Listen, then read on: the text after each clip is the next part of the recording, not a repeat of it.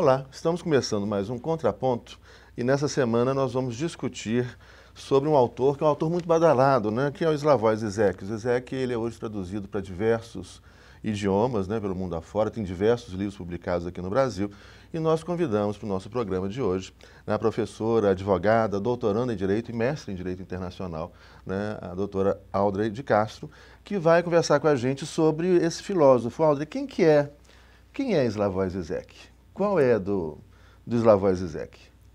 Então, Žižek é um autor realmente bem diferenciado, né? A gente acredita que o fato da psicanálise, dele ter esse currículo na psicanálise também ajudou bastante. Esse perfil, né, que ele traça nos seus livros, que são livros bem interessantes, diferentes, né? Ele é muito provocativo, né? O Žižek tem uma característica que eu gosto muito. E também eu gosto de fazer muito em sala de aula, né? Ele tira as pessoas da posição de conforto, né? Ele provoca e tem uma linguagem que é clara, né? Ele sempre recorre ao cinema, a piadas, né? A historinhas, a xistes, né? Que os psicanalistas também gostam muito, né? E faz com que a gente compreenda muitas vezes teorias que são extremamente complexas, né? Tem um livro dele sobre Lacan, por exemplo, que eu achei, ler Lacan é muito difícil. Que é como ler Lacan, que mas é sensacional. Mas ao mesmo tempo é sensacional. E ao mesmo tempo, não só nesse livro, mas no decorrer de todos os livros dele, ele está sempre explicando o que Lacan quer dizer com aquela situação. Então, não tem um livro dele que não tenha no mínimo 10 a 15 explicações do que Lacan quer dizer a respeito daquele tema. Então, isso é muito interessante. Ele traz histórias também, né? Ele conta, o livro tal diz isso e ele interpreta, né? Mas sempre com essa astúcia dialética, né? Com essa, igual você falou, essa provocação, né? Um cinismo, né? Vamos ser bem Ele é um sinceros, marxista, né? freudiano, lacaniano, né? Ele mistura assim, essas teorias e avança, né? Porque ele tem uma teoria própria, né? Então ele não é um cara que apenas repete teorias, mas a partir desse pensamento ele constrói uma teoria. Inclusive, assim, acho que é muito o que mais marca, na verdade, é como ele constrói todo esse pensamento com relação à ideologia, porque é como se ele fizesse uma releitura daquela ideologia que todo mundo conhece. Ele fala mais, né? Então ele está sempre tentando explicar o que tem por trás, né? De tudo que eu acho que ele vai a fundo, ele fala, olha, vamos pensar na questão da tolerância. O que está por trás da tolerância? Vamos pensar na questão da violência. O que está por trás da violência? Vamos pensar no medo. O que está por trás do medo? Por que está por trás da ética? E ele vai transformando, né, os pensamentos. Pois é, você disse palavrinhas muito importantes. Vamos então trabalhar um pouco essas palavras que você disse, e que são temas que ele trabalha, né? A questão da ideologia é fantástica, mas eu queria começar pela questão da violência, né? Foi lançado recentemente aqui no Brasil, pela editora Boitempo, um livro dele que já tinha sido lançado há mais tempo em Portugal, depois foi lançado na Argentina, até foi com o nome Violência, 6 Reflexões Marginais, e agora foi lançado aqui pela Boitempo. Parece que esse livro é atualizado, né? Ele traz algumas coisas a mais do que já nesses livros anteriores, que é essencialmente a mesma coisa. Como é que ele trabalha a questão da violência nesse livro? Qual que é o desafio que o Žižek nos põe aqui a respeito da violência? Não só nesse livro, mas tem até uma historinha, ele inicia contando uma historinha, ele já contou essa historinha anteriormente, porque ele já falou de violência em outros livros, né? Mas ele começa contando uma história a respeito, que eu acho que tem tudo a ver, né, para poder falar um pouquinho de violência. Ele começa contando a história do trabalhador que é suspeito de estar roubando, né? Então, todas as vezes em que ele sai da fábrica no final do dia com seu carrinho de mão, todo mundo inspeciona, os guardas da portaria inspecionam o carrinho de mão dele, inspecionam em cima, embaixo, do lado, e todos os dias esse procedimento se repete, e todo mundo inspecionando, não é possível, ele tem que estar roubando alguma coisa, ele está roubando alguma coisa, mas não tem nada dentro do carrinho de mão dele, né? E aí, com o passar do tempo, o que eles descobrem é que o que ele está roubando é o próprio carrinho de mão. Então, nós estamos olhando para o lugar errado, né? Estamos. Então, ele fala, olha, com o passar do tempo, cai a ficha.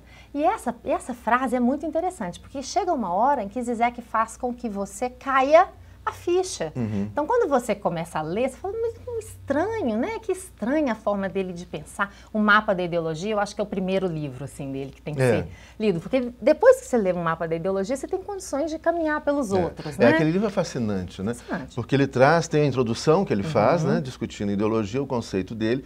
Ele traz 15 autores que em momentos distintos trabalham esse conceito de ideologia, que é um conceito que a gente encontra, talvez o primeiro grande autor, talvez não, o primeiro grande autor que trabalha a questão da ideologia, né, até no sentido negativo, é Karl Marx. Dizem que o primeiro que utilizou a palavra ideologia no sentido negativo foi Napoleão Bonaparte, mas Napoleão não teorizou nada. Então ele traz alguns autores e muitos autores de tradição marxista, né, nesse livro. Althusser, por exemplo, que tem um ele fala dos aparelhos de Estado, Adorno, né? Isso. De Althusser. Ele fala bem minuciosamente, inclusive, a respeito de Althusser e dos aparelhos, porque tem tudo a ver com essa questão ideológica do encobrimento, né? Do encobrimento proposital. E é aí que a gente começa a cair a ficha, né? Do encobrimento proposital que a gente vem vivendo, ou seja, do encobrimento proposital dos poderes hegemônicos, né? Que a gente vem vivendo desde o início da era da modernidade. Então é um cara que procura, e eu acho que essa é uma palavra muito atual, muito importante hoje, que o desocultamento. Né? A gente tem trabalhado isso também, né? na pós-graduação lá da PUC, né? Discutido a questão do desocultamento em outra perspectiva, em alguns autores descoloniais, né? Sim. Nessa questão, dessa discussão do colonialismo. Mas voltando à questão da violência,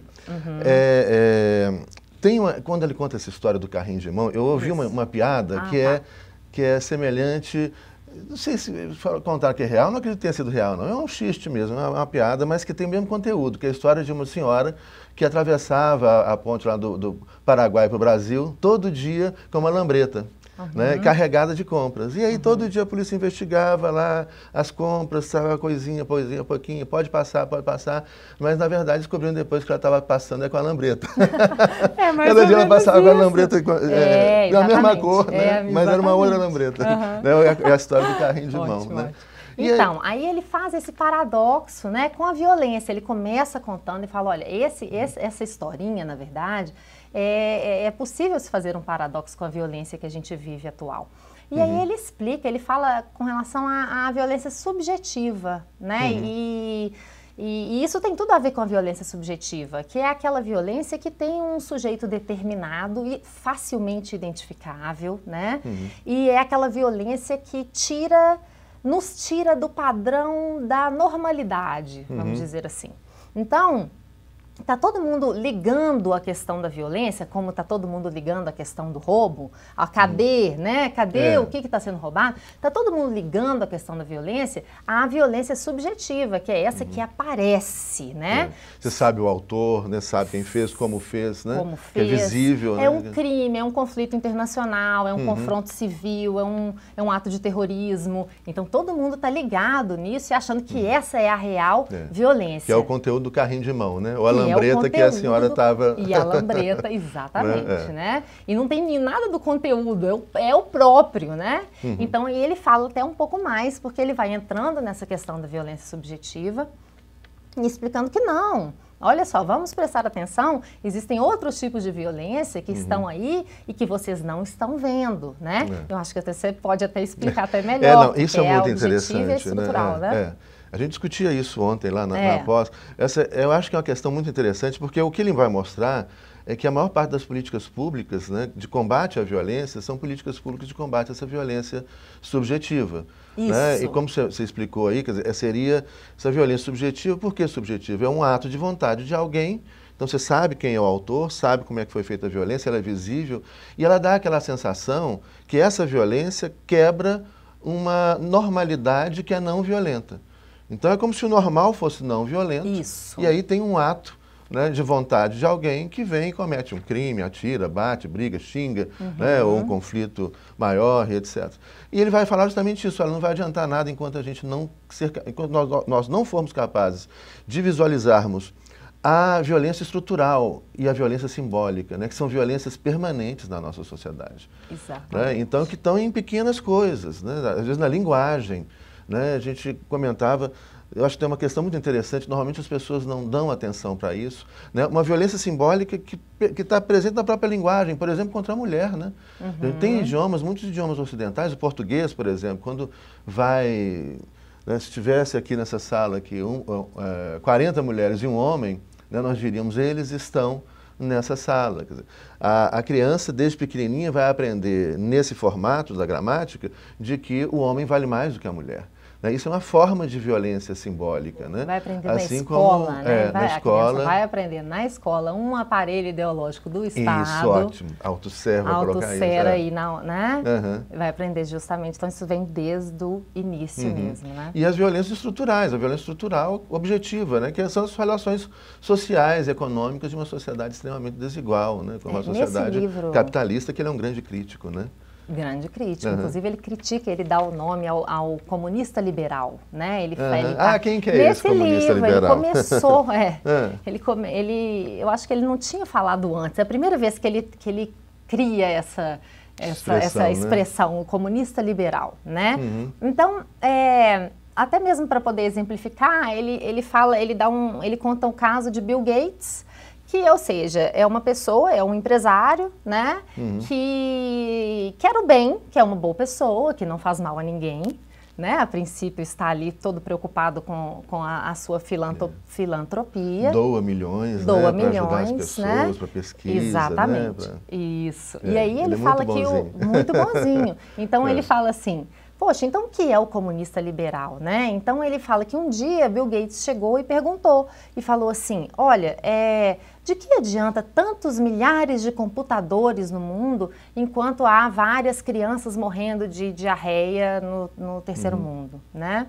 Então o que os comunistas liberais, como diz Zizek, não entendem é que são eles próprios os causadores dessa violência estrutural, que no final das contas causa a violência subjetiva, né? Que são as explosões, vamos dizer assim. Na verdade é uma estrutura desigual, violenta, né? São presenças, né, de elementos simbólicos no dia a dia da vida que é agressivo, que violenta as pessoas, que fazem com que essas pessoas explodam, né, numa violência subjetiva. Exatamente. Né? E essa lógica dos comunistas liberais é a lógica da caridade.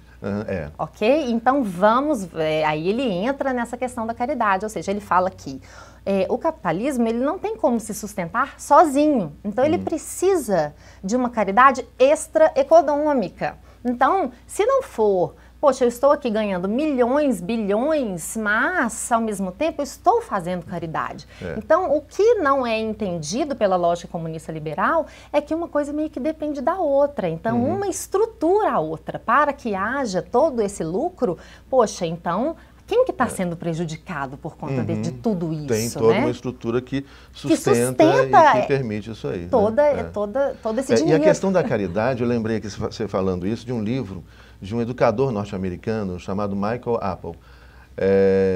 Ele foi publicado no Brasil... Apple. Eu falei Apple. Não, Apple de Apple, né? Já que a gente está falando aí de Bill Gates. A gente vai falar mesmo. Pois é, Bill Gates de um lado, a Apple do outro. E aí, esse cara, ele coloca uma coisa muito interessante. O livro dele chama Educando à Direita. E ele fala como, por exemplo, os governos ultraconservadores dos Estados Unidos, Reagan, mas ele menciona especialmente o governo Bush filho. Teve o governo Reagan, depois Bush pai, depois Clinton, depois veio o Bush filho, que foi aquela tragédia, né, para os Estados Unidos e para o mundo que a gente sabe. E ele tirou muita grana que ia para a educação pública e passou essa grana para a caridade e para a educação em escolas vinculadas a igrejas. Qual que é a ideia que está aí, que eu acho que é muito cruel? É você tirar algo que é um direito, né? Você tem direito à educação, você tem direito a comer, tem direito a trabalhar, tem direito à educação, né? Mas você tira isso, fala, o Estado não tem que fornecer nada disso, isso não é mais direito, mas você vai receber isso como forma de caridade, para atenuar as tensões. E aí vem a ideologia aí. E aí vem, é uma questão altamente ideológica. Vamos discutir isso agora no segundo bloco, vamos fazer um pequeno intervalo, daqui a pouquinho a gente volta. Sim.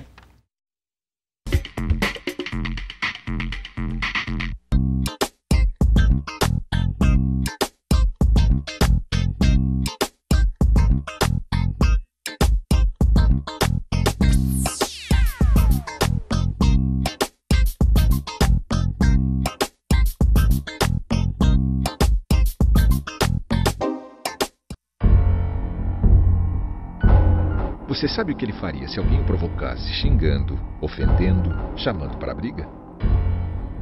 Nada. Minha vida vale mais do que qualquer briga ou discussão. No Brasil, milhares de pessoas são mortas por motivos fúteis. Conte até 10. A raiva passa, a vida fica. Paz. Essa é a atitude. Uma campanha do Conselho Nacional do Ministério Público e ENASP.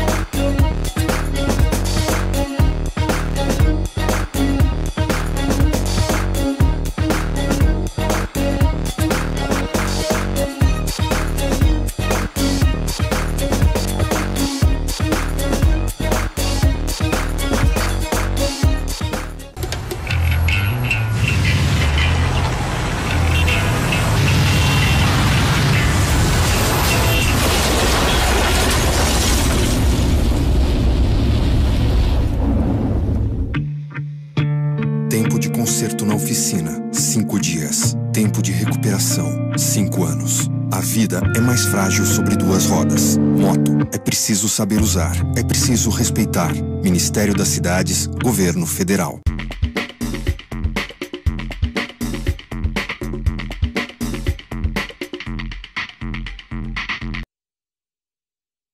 Olá, estamos de volta com o programa Contraponto e hoje recebemos a professora Audrey de Castro, que é mestre em Direito Internacional, professora, advogada, doutoranda em Direito Público pela PUC Minas.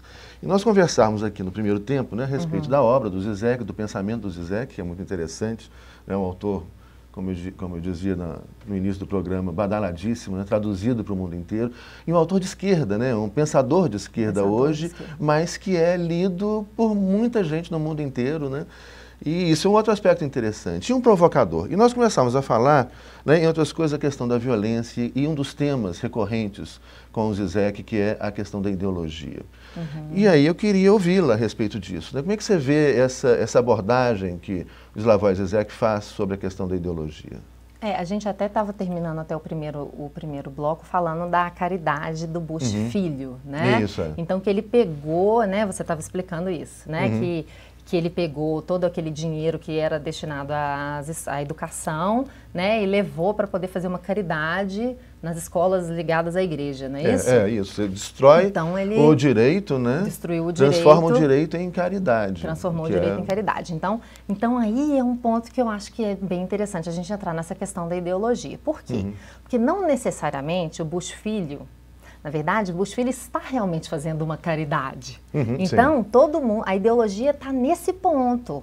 Porque senão as pessoas pensam, poxa, onde está a ideologia? Não, a ideologia, ela não é falsa, né? Ela é verdadeira. E quanto mais verdadeira ela for, melhor para que todo mundo acredite nela, isso, né? Então, essa questão de, que a gente, por exemplo, direitos, esses termos como direitos humanos, né? E outros, vamos dar um exemplo em direitos humanos, né? Uma intervenção dos Estados Unidos em um país de terceiro mundo por conta de direitos humanos que estão sendo violados, ok? Então, realmente, isso é uma verdade, eles vão intervir, né? Então, tem direitos humanos. Existem os direitos humanos sendo violados. Existem os direitos né? humanos sendo violados, então isso é uma verdade. Só que o que não está sendo passado para as pessoas é o que é o pano de fundo, ou seja, são os contornos dessa situação, que é uma exploração econômica, né? Que são os os reais interesses que estão escondidos por trás desse discurso. Que estão escondidos por trás do discurso. A gente entra, então, nessa questão toda que vem sendo desenvolvida, né, nesses 500 anos da Era da Modernidade, né, que foram 500 anos de encobrimento da verdade, né, por conta desses discursos ideológicos, né? Então, voltando aí nessa questão do Bush Filho, é o melhor exemplo. É interessante essa questão, né? Porque você fala, não, é o que você disse, realmente ele está fazendo caridade, né? Mas o que encobre essa caridade que ele está fazendo? Lógico. A destruição de um direito. Isso. Né? Eu acho que seria a mesma coisa. É interessante se pensar, por exemplo, a questão de muita gente critica a Bolsa Família. Né? Mas se a Bolsa Família fosse dada via caridade de uma igreja, ninguém ia falar nada. Mas como você pegou isso e transformou num direito, ou seja, as pessoas têm o direito mínimo a uma renda mínima. As pessoas têm minimamente direito a comer. Né? Aí isso incomoda um monte de gente. Mas se fosse caridade, não. A pessoa muitas vezes até faz caridade e critica o Bolsa Família. Né? É essa coisa ideológica mesmo, de que as pessoas que encobrem, né, os reais interesses que estão ali. E no caso, a destruição de um direito, né, nesse exemplo do Bush, né, do Bush Destruição Filho. do direito passou para uma caridade e ficou tudo lindo, maravilhoso, porque passou na televisão, inclusive, que o Bush Filho estava fazendo uma caridade maravilhosa. Né? E todo mundo acreditou. Não era mentira, né? Estava ali. Bom, enfim, essa é a questão. E aí você tem... Esse é o pano de fundo, né? Isso é o que Zizek está sempre falando, né? Então, vamos aprender a pensar e não a ficar, e não a acreditar simplesmente no que nos é colocado como a verdade. Então, naquela coisa superficial, na aparência, né? Aquela coisa da aparência, né? E a gente, até entrando um pouquinho aí num outro tema, que é a liberdade de pensamento, né? A gente parece que a gente está aqui livre, né? Livre para a gente poder pensar o que a gente quer pensar. Isso é interessante. E é como se a gente, na verdade, o que está sendo dito para a gente poder pensar, o que está sendo dito para a gente poder querer. Enfim, isso é um outro tema, mas entra né, na questão ideológica também. Não, isso é muito interessante. Se pegar hoje, quem constrói... Né, tem um texto do Zizek que ele fala isso, a pessoa que tem, ou o poder que tem, né, não é uma pessoa, né, mas a grande mídia, por exemplo. Hoje a mídia está concentrada na mão de muito poucos grupos empresariais. Né, muitas vezes em grandes conglomerados econômicos, etc. Aqui no Brasil a mídia é concentrada na mão de poucos empresários. Né, e a mídia tem a força de determinar o que é o senso comum. Né? Ela vai dizer para as pessoas o significado de palavras que a gente usa no dia a dia, né? Como liberdade, igualdade, desenvolvimento sustentável, etc. Né? E todo mundo passa a repetir isso. E passa a repetir isso aí. Então, assim, o que ele pede, ele faz essa pergunta e fala assim, como mesmo nós estamos utilizando das nossas liberdades, então, né, estamos utilizando da nossa liberdade para quê? Para poder consumir e para poder comprar o iPhone recém-lançado no mercado, para poder viajar para os Estados Unidos ou para a Europa, para poder comprar a calça jeans da moda. Então, assim, como que a gente está utilizando a nossa liberdade? Dentro de uma lógica de ultraconsumo, talvez, não está sendo, na verdade, assim, não, e ele vai perguntando ao invés dele simplesmente afirmar, né? Então, não nos está sendo imposto o que a gente tem que gostar? Será que não está sendo falado para você, olha, a melhor cerveja a ser consumida é essa, né? Vai lá. Né? Outro dia sempre eu vi consumir. Um repórter num canal de televisão, não lembro qual foi não. Já tem algum tempo, um ano e meio, o cara estava em Cabul, no Afeganistão, o repórter, e estava assim meio assustado, que falou, nossa, que história bomba, não sei o quê, esse ano no Afeganistão foi o ano que morreram mais pessoas, mas nem tudo está ruim aqui, porque há 10 anos atrás, né, quando a guerra começou, tinha 150 mil veículos, agora já tem 1 milhão de automóveis em Cabul. Nossa, gente, que coisa, né? Olha só, que maravilha. Que piração, que maravilha, né? As pessoas agora estão comprando carro, a guerra está lá, está morrendo gente, mas a gente está comprando mais carro, né? Está aparecendo Cabul, né? Brasil, que a gente vê que a criminalidade aqui é altíssima, mas as pessoas estão comprando mais automóveis. Então estamos mais livres por causa disso, né? Estamos mais livres. Temos automóveis, temos celulares, todo mundo tem televisão em casa, está todo mundo muito mais livre agora. Ele tem uma frase nesse texto que você estava mencionando, que é a questão de que a gente tem o direito de escolher desde que a gente escolha o que deve ser escolhido, desde que escolha o certo, né? Isso, essa é interessante, né? Então ele coloca isso, ou seja, ele conta até uma historinha da moça, né, no filme hollywoodiano, que a moça perguntou para o noivo e falou assim, para o noivo não, para o namorado, você quer casar comigo? Ele falou, não. Aí ela fala, para de me enrolar, você quer casar comigo? Ele falou, não quero, não vem com essa não. Então, assim, é aquela coisa de, ele deu uma resposta direta para ela, mas ela não aceita, ela só aceita a resposta sim.